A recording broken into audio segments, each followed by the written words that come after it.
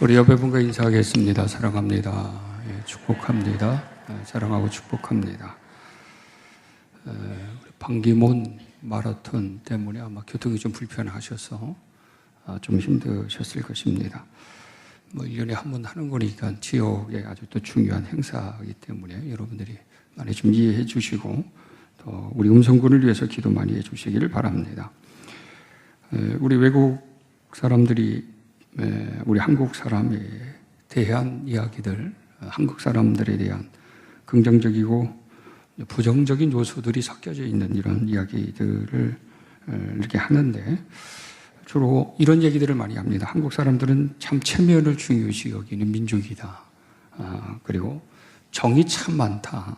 그리고 자존심도 강하다. 이런 이야기들을 공통적으로 한다고 합니다. 그러면서 여기 또 중요한 세 가지가 더 있는데요. 굉장히 급하다, 성급하다. 그래서 빨리빨리 외국인들이 모르는 사람들이 없다고 그럽니다. 한국의 단어 중에 모든 외국인들이 잘 아는 게 빨리빨리, 고맙습니다, 감사합니다. 그 정도로 한국 사람들은 이렇게 급하고 너무 빠른 일처리 그리고 뭐든지 이렇게 빠르게 좀 하려고 하는 적극적인 그런 모습을 가지고 있다고 그럽니다. 그리고 한이 많은 사람들인 것 같다. 이 한에 있는 민족 그리고 허세가 심하다. 이런 기타 등등의 이야기들을 많이 하고 있습니다. 긍정적인 측면도 있고 부정적인 측면도 있습니다. 어쨌든 우리가 여기서 조금 누구나가 다 공감하고 있는 것 중에 하나가 빨리빨리입니다. 급하게 모든 것들을 이렇게 해야 하는 좀 그런 성격의 유형입니다. 낙천적이고 천천히 모든 것들을 이렇게 음미하고 즐기고 시간의 여유를 가지고 행하는 사람들이 볼 때에는 조금 이게 막 불안해할 수 있는 그런 요소다라고 말할 수가 있습니다. 우리가 운전을 하다가도 앞에 파란 신호가 들어오면 저도 종종 그런 경우를 당하게 되는데 앞차가 가기도 전에 뒤에서 막 빵빵거리는 분들이 있어요. 급한 일이 있으셔서 그런 건가? 아니면 왜 그렇게 성격이 급하지?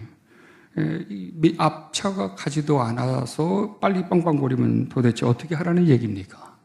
앞차를 밀고 갈 수도 없고 그 정도로 아주 성급한 분들이 굉장히 많이 있습니다. 상황과 일에 대해서 신속하게 처리하고 또 그렇게 해야지만 뭔가 직성이 풀리는 이런 부분에 대해서 긍정적인 것도 있지만 조금 여유를 가져야 하고 그리고 천천히 그러면서 그 속에서 좀 세밀하고 음미할 수 있는 이런 것들을 좀 한번 고려해 봐야 되지 않겠는가라고 하는 생각이 듭니다. 그래서 요즘 어떤 책이나 사람들이 하는 얘기 중에 하나가 느림의 미학이라고 하는 그런 책도 있습니다.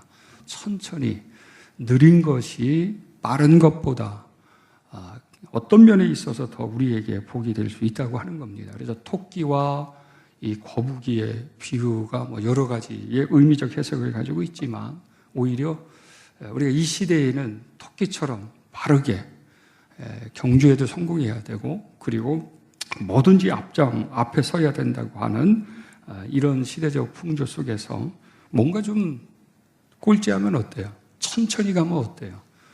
그 느림 가운데 속에서 가질 수 있는 여유와 또 그리고 그 속에서 우리가 좀 생각해 봐야 될 이런 면모를 한번 고려할 수 있어야 된다고 하는 것입니다. 우리가 신앙생활을 하는 우리 그리스도인들도 이렇게 급한 성격이 결국은 우리 앞에 당한 경주를 끝까지 완주하지 못하고 스스로 포기하고 그리고 뒤처져서 때로는 나구자가 되는 것뿐만 아니라 아예 포기해서 저 세상으로 돌아가는 그런 사람들도 많이 있습니다.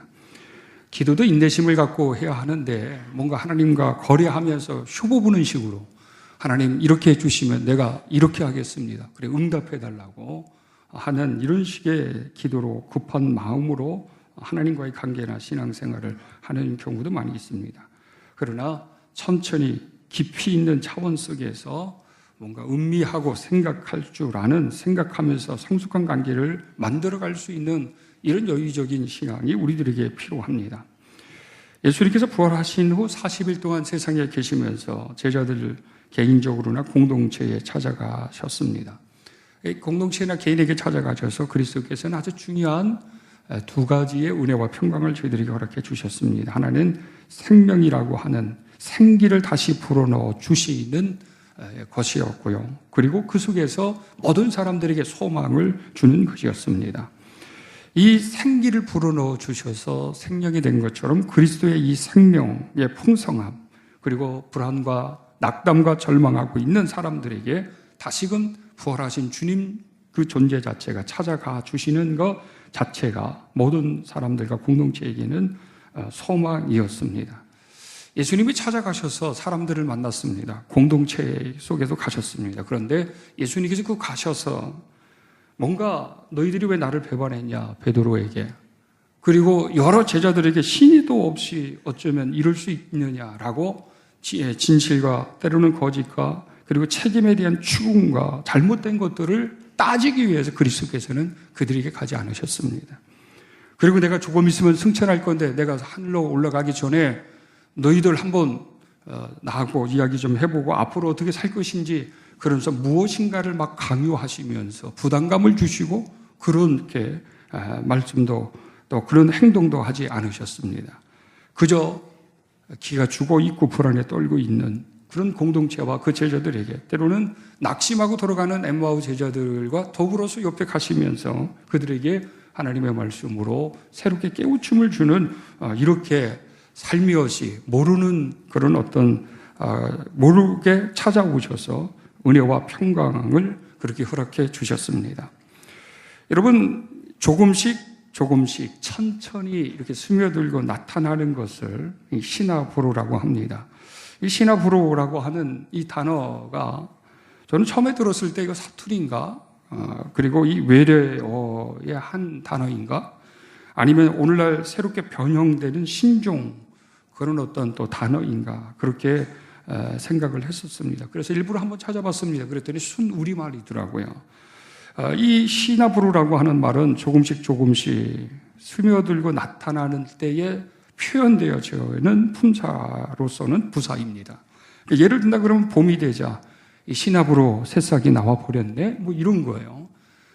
저 밑에 지방에 있는 어르신들이 쓰더라고요. 그래서 TV 보는 중에 할머니 한 분이 이런저런 얘기를 하다 그래 시나브로 그러면서 뭐라고 막 같이 대화 속에 이야기 속에 그런 단어를 써가지고 저 단어가 사투리인가 아니면 신종 변형된 그런 또 단어인가 이렇게 생각이 들었습니다. 그랬더니 찾아봤더니 순우리 말이었어요. 조금씩 스며들고 드러나는 그런 경우를 피곤할 때 쓰는 것입니다. 자신도 모르는 거예요. 그러나 이렇게 봤을 때 조금씩 나타나는 그런 어떤 현상일 때입니다. 그러니까 예수 그리스도께서는 제자들과 공동체에 찾아가셔서 그들에게 예수님께서 일방적으로 그들의 자잘못에 대한 죄를 범한 것에 대해서 예수님의 마음에 상처를 준 것에 대해서 물으신 적이 한 번도 없으셔요. 그러면서 오늘 본문에 보면 공동체에 찾아오신 예수 그리스도께서는 베드로에게 질문을 하십니다. 아주 의미 있는 질문을 하십니다. 그것은 무엇입니까? 요한의 아들 시몬아 내가 이 사람들보다 나를 더 사랑하느냐 이 질문을 하시는 것이었습니다. 아니 이 질문에 아마 베드로는 기절초풍을 했을 것입니다. 왜 그러냐면 그러지 않아도 자기 자신이 어떤 제자보다 주님을 사랑하고 주님에 대한 신의를 지키겠다고 맹세한 제자 중에 한 사람입니다. 그런데 자기 자신이 그리스도를 부인했다고 하는 그 자체로 이 베드로는 씻을 수 없는 상처와 그리고 그 속에서 해결할 수 없는 그런 죄책감, 죄의식 그러면서 이 자존감도 낮아지면서 자신의 과거의 삶으로 돌아갔습니다. 고향에 가서 고기나 잡으면서 과거처럼 자식이나 키우고 연명할 정도로의 어떤 그런 삶의 회기를 보였습니다. 그런데 부활하신 주님이 찾아오시면서 대뜸하시는 말씀이 내가 나를 사랑하느냐. 그런데 여기에 또 단서를 들었습니다. 이 사람들보다 더 나를 사랑하느냐라고 하는 것이었습니다. 이 질문에 대해서 예수님께서는 한번 테스트해 보기 위해서 또 실수에 대한 책임을 어떻게 그가 말을 하고 있는지 들어보시려고 물으신 질문은 아닙니다. 그러면서 또 한편으로는 한번 테스트를 해보고 더 뭔가 강화시켜서 사명자가 되어야지 내 어린 양을 먹이라 치라 뭐 이런 이유 때문에 과연 예수 그리스도께서는 네가 나를 사랑하느냐 이렇게 물으셨겠냐 말이에요. 여러분 이 질문에 대해서 베드로는 뭐라고 대답을 했습니까? 오늘 본문에 보면 주님께서 아시나이다. 내가 주님을 사랑하는 줄 주님께서 아시나이다. 내가 뭐라고 주님 사랑합니다. 내가 사랑하시는 줄 알지 않습니까? 자신 있게 확실하게 말할 수 있는 자격이 없어요. 왜? 자기는 과거에 주님 부인하지 않겠다고 그렇게 자신 있게 말을 했는데 그런데 부인을 했습니다. 그런데 주님이 물으시는데 내가 주님을 사랑합니다라고 이렇게 대답을 하는 그 순간부터 나는 자격이 없어요. 내가 주님과의 약속을 깼잖아요. 내가 아무리 맹세를 내도 나는 지키지 못했잖아요. 나는 주님을 사랑한다고 말할 수 있는 그런 자격이 없는 사람이에요. 그러나 주님 아시지 않습니까? 상대적으로 얘기하면 주님은 베드로에게 나를 사랑하느냐, 정말 나를 사랑하지라고 하는 이야기를 들으시기 위해서 이 질문을 하셨을까? 여러분 한번 생각해 봐야 합니다.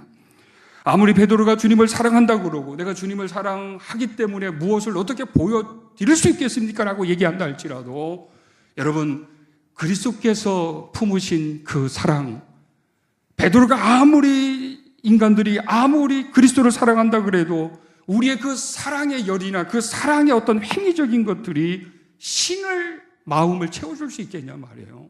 결코 아닙니다. 이것은 상대적으로 얘기하면 테스트 해보기 위해서 다시 한번 그에게 사명을 주기 위해서 물은 질문인 것 같아도 그거 아니에요. 예수님께서 내가 나를 사랑하는 것보다 내가 이 세상의 모든 것들을 포기하면서까지도 최고로 나를 사랑하는 것보다 나는 너를 더 사랑해. 나는 너를 더 사랑해. 라고 하는 이런 절대적인 그리스도의 사랑을 내포하고 있는 것입니다. 여러분 생각해 보십시오. 뻔히 주님은 아시는데 짓궂은 질문을 통해서 왜 다시 그의 죄책감을, 죄의식을 드러내게 하실 필요는 없을 것입니다. 그러지 않아도 자기는 어떤 것보다도 이제는 이 자존심의 상처를 받은 사람이에요. 그리고 자존감도 없어요. 그리고 자신의 존재감, 제자라고 하는 수제자라고 하는 존재감도 없어요. 이제는 완전히 망가질 대로 망가졌어요. 자기 자신이 신앙의 제자로서의 실패자라고 생각을 하니까 더 이상 내가 인생을 어떻게 살아가야 하는지, 내가 무엇 때문에 살아야 되는지도 모를 정도로 그렇게 그는 무의미하고 어떻게 보면 아무 목표의식 없이 살아가고 있었는데 이 잠자는 호수에 돌을 던져 무엇인가를 일으키게 하시는 것처럼 그리스도께서는 왜 갑자기 찾아오셔서 내가 나를 사랑하느냐? 내가 이 사람보다 더 나를 사랑하느냐? 이렇게 말씀을 하시냔 말이에요.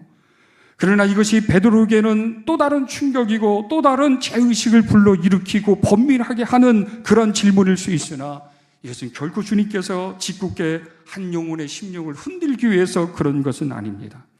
네가 나에 대해서 실수도 했고 또 어떤 그릇된 죄악을 범한다 할지라도 네가 나를 사랑하는 것보다 내가 너를 사랑하고 내가 너희의 그런 죄의식이나 그런 죄책감이나 죄의 문제 때문에 그런 부족함 때문에 내가 십자가에서 죽었는데 너의 모든 그 죄 속을 대신 죄의 값을 지불해 주었는데 왜 너는 아직까지도 내 자신에 대해서 그렇게 자존심이 상해져 있고 자존감이 낮아 있고 존재감이 왜 그렇게 스스로 낮추면서 인생을 살아가느냐?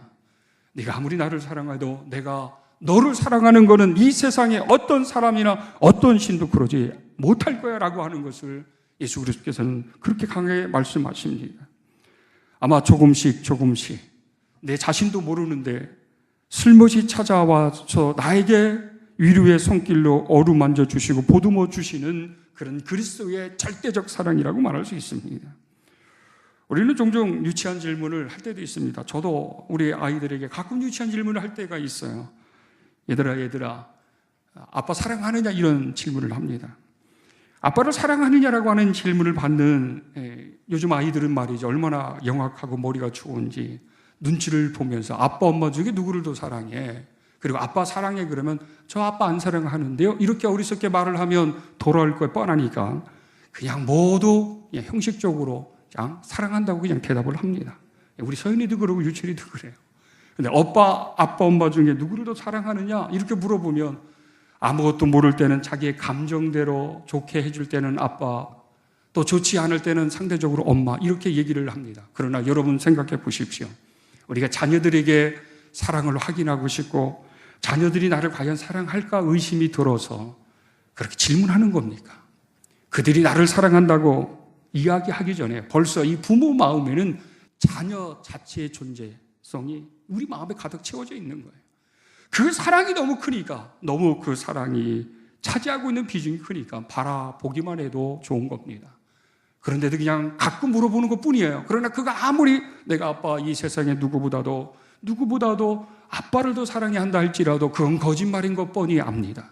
그런데도 그 아빠는 계속 그런 질문을 하는 그 자체는 테스트해 보기 위해서, 사랑을 확인해 보기 위해서, 뭔가 사랑하지 않아서 생기는 불편함 때문에 화가 나서 그런 질문을 하는 것은 절대 아닙니다. 부모 그 자체의 사랑, 그 사랑의 충만함 때문이라고 말할 수가 있습니다. 예수님은 지금 그러신 거예요. 예수님은 부활하시고 40일 동안 계시면서 어떤 사람을 찾아가시고 공동체에 들어가셔서 이런 시시비를 얘기하지 않았어요. 그리고 과거의 실수나 오류들을 예수님께서 지적하시면서 잘못됐다, 회개하라, 믿음 굳세게 가져라, 그리고 그것밖에 안 돼, 더 많이, 더 강하게 이렇게 무엇인가를 요구하지 않으셨습니다. 그저 있는 그대로 실망하고 있고 목표의식을 잃어버리고 있고 있는 그들에게 죄의식을 가지고 있고 그 죄의식 때문에 내가 차라리 이럴 바에는 내 믿음이 이 정도라고 한다면 내가 차라리 예수 안 믿는 게 낫겠지, 시리에 빠져 있고 회의론적 생각에 잡혀 있는 그들에게 찾아가 주셔서 너희가 그런 생각하지 말아라. 너희가 나를 사랑하지 못하는 것, 너희가 어떤 일에 부족함을 가지고 완전히 이루지 못하는 것조차도 내가 다 안다. 그러나 너희 그 존재 그 자체를, 내가 너를 더 사랑하고 있다고 하는 이 사실을 그리스도께서는 지금 말씀하고 있는 것입니다. 여러분, 예수님은 우리의 모습 그대로 우리를 받으십니다. 그리고 우리를 사랑하십니다. 우리가 아무리 완벽하고 아무리 하나님을 영화롭게 하기 위해서 기도를 많이 하고 헌금을 많이 하고 교회 출석을 열심히 하고 뭔가 선한 일들을 많이 한다 할지라도 우리의 그 모든 것들이 하나님의 선과 하나님의 의로움의 기준에 채워드리고 만족할 수 있는 그런 사람들은 이 세상에 한 사람도 없습니다. 오직 사람이 할 수 없는 것을 그리스도께서 대신해 주셨습니다. 그리스도께서 대신해서 우리의 부족함도 채워주셨고 우리의 실수나 우리의 연약함이나 때로는 우리가 죄를 범했을지라도 언제든지 그것을 용서하시고 포용하실 수 있는 그런 분으로 주님께서 죄를 위해서 십자가에서 죽으셨습니다. 바로 내 죄를 위해서 죽으셨습니다. 예수님은 이 사랑을 그들이 알기를 조금이나마 알고 원하고 계셨던 것이었습니다. 그래서 네가 실망하지 말고 절망하지 말고 지나친 죄의식과 죄책감 가운데 속에서 불안하고 시리에 빠져 있지도 말고 자연스럽게 진정한 너다움이 무엇인지를, 내 자신을 존중히 여기고 사랑하고 그리고 너의 그런 존재성을 다시 회복해서 자존감을 높일 수 있도록 그렇게 말씀하십니다. 가장 자연스럽고 정직함이 여러분 가장 완벽함의 나 다음의 모습입니다. 우리가 가장 완벽하려고 하면 할수록 우리는 외식적이고 형식적이고 그리고 온전하지 않는 나의 모습을 사람들에게 보일 때가 있습니다. 겉으로 보여지는 것은 그게 아닌데 실제적으로 그게 아닌데도 완벽하게 보이려고 하는 그런 어떤 완벽주의적 성향으로 주님과의 관계를 맺고 그런 자기 자신을 그렇게 만들려고 해서 더 부담감과 더 멍해와 같은 그런 억압 속에서 신앙생활을 하고 있는 분들도 많이 계십니다. 그러나 주님은 그것을 원치 않으십니다. 가장 자연스럽고 가장 솔직하고 가장 정직하고 가장 약해 보이고 연약해 보이는 그 자체를 주님께서 그렇게 말씀을 하십니다. 그러면서 예수 그리스도께서는 그러시면서 그 질문을 하시고 또 엄청난 그 다음에 말씀을 그렇게 하십니다. 내 양을 먹이라, 내 양을 먹이라, 내 양을 치라, 이런 말씀을 하십니다.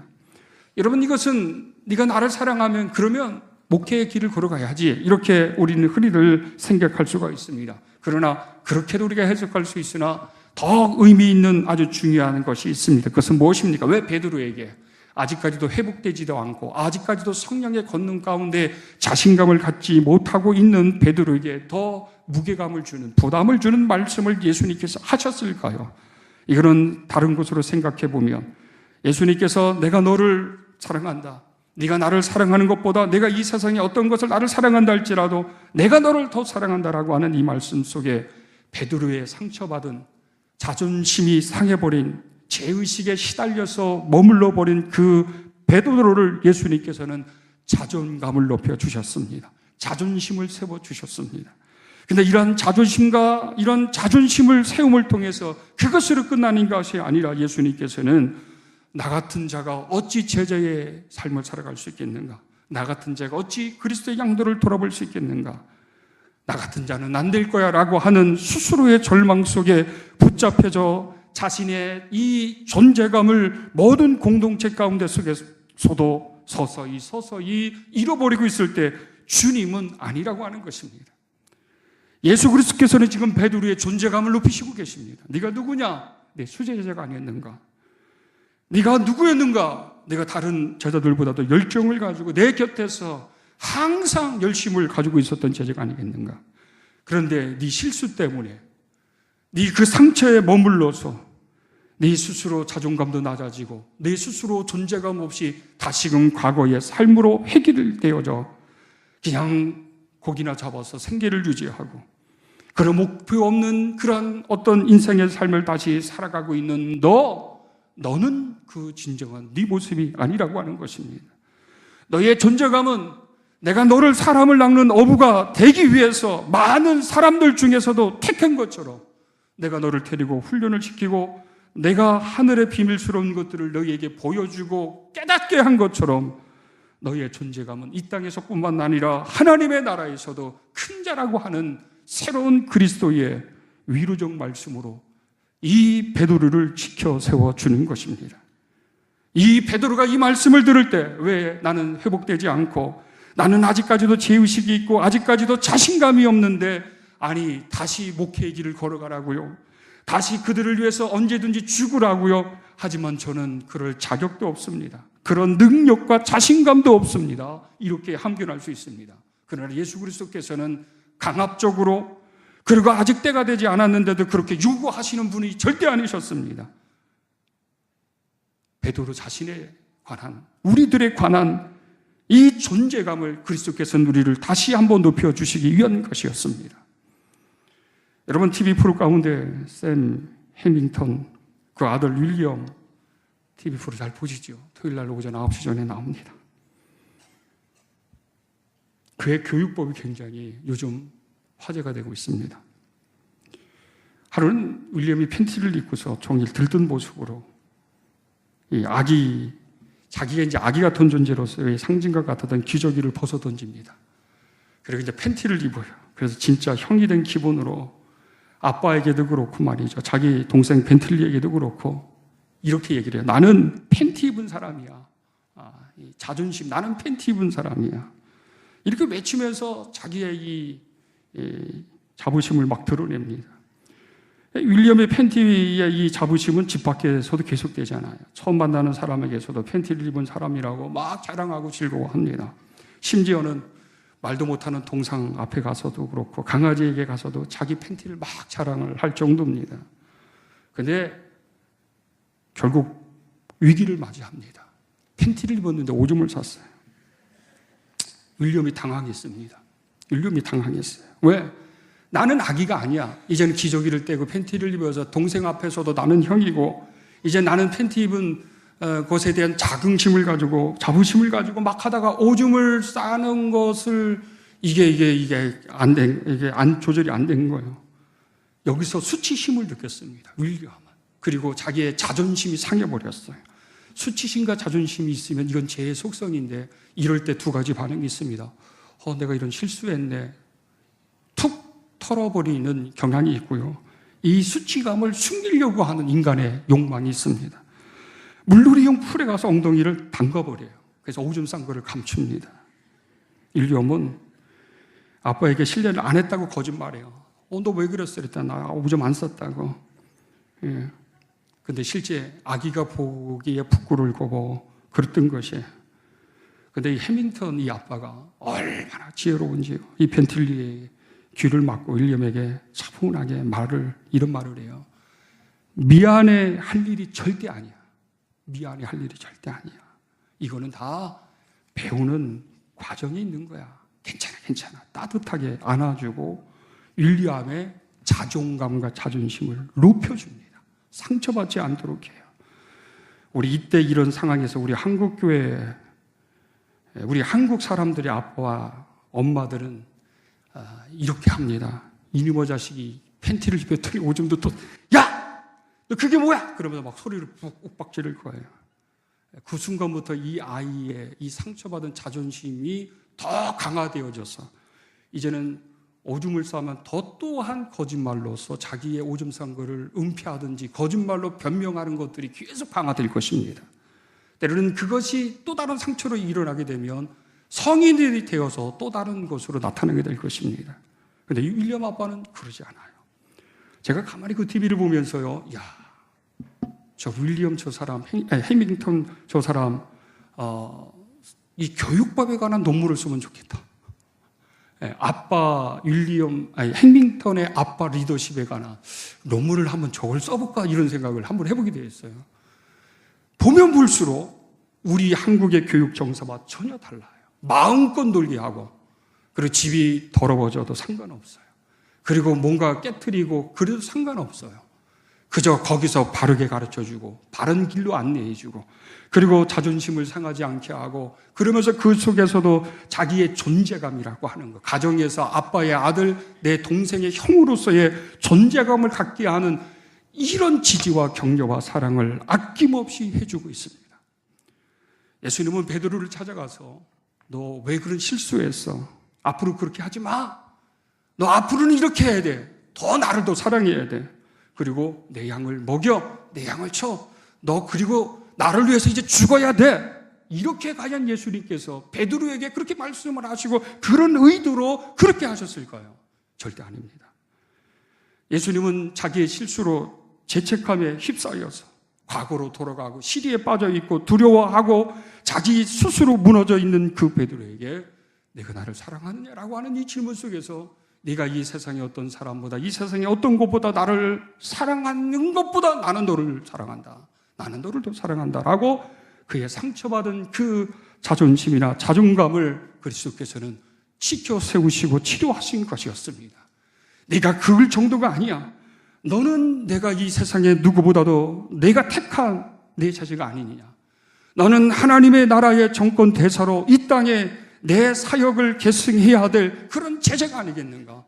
너는 지금 이 자존감 뿐만 아니라 이 자긍심이나 존재감도 이 세상 천하 가운데 속에서 하다못해 사탄 앞에서도 네 존재에 대해서 네 이 자긍심이나 이 존재감을 드높일 수 있는 그런 사람으로 당당히 살아가야 돼. 이렇게 주님은 말씀하고 계시는 것입니다. 여러분, 우리가 누굽니까? 우리는 허물이 많습니다. 부족한 것 투성입니다. 아무리 완벽하게 하려고 해도, 맹세하고 그렇게 신앙생활 제대로 하려고 해도 잘 안 될 때가 있습니다.